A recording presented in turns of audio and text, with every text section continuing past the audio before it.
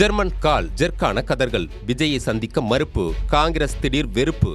வரும் ஆனா வராது என திரிசங்கு நிலையிலேயே காங்கிரஸ் மற்றும் தாவேகாவுடனான கூட்டணி பேச்சுவார்த்தை இதுவரை இருந்து வந்தது. ஆனால் இப்போது திடீரென விஜயை சந்திக்க காங்கிரஸ் தரப்பு மறுத்திருக்கிறது. ஜெர்மனியிலிருந்து ராகுல் காந்தி திமுக தலைமையிடம் பேசியதன் விளைவாகவே இப்படி ஒரு அதிரடி முடிவு எடுக்கப்பட்டிருப்பதாக சொல்லப்படுவதுதான் தமிழக அரசியலின் ஹாட் நியூஸ்.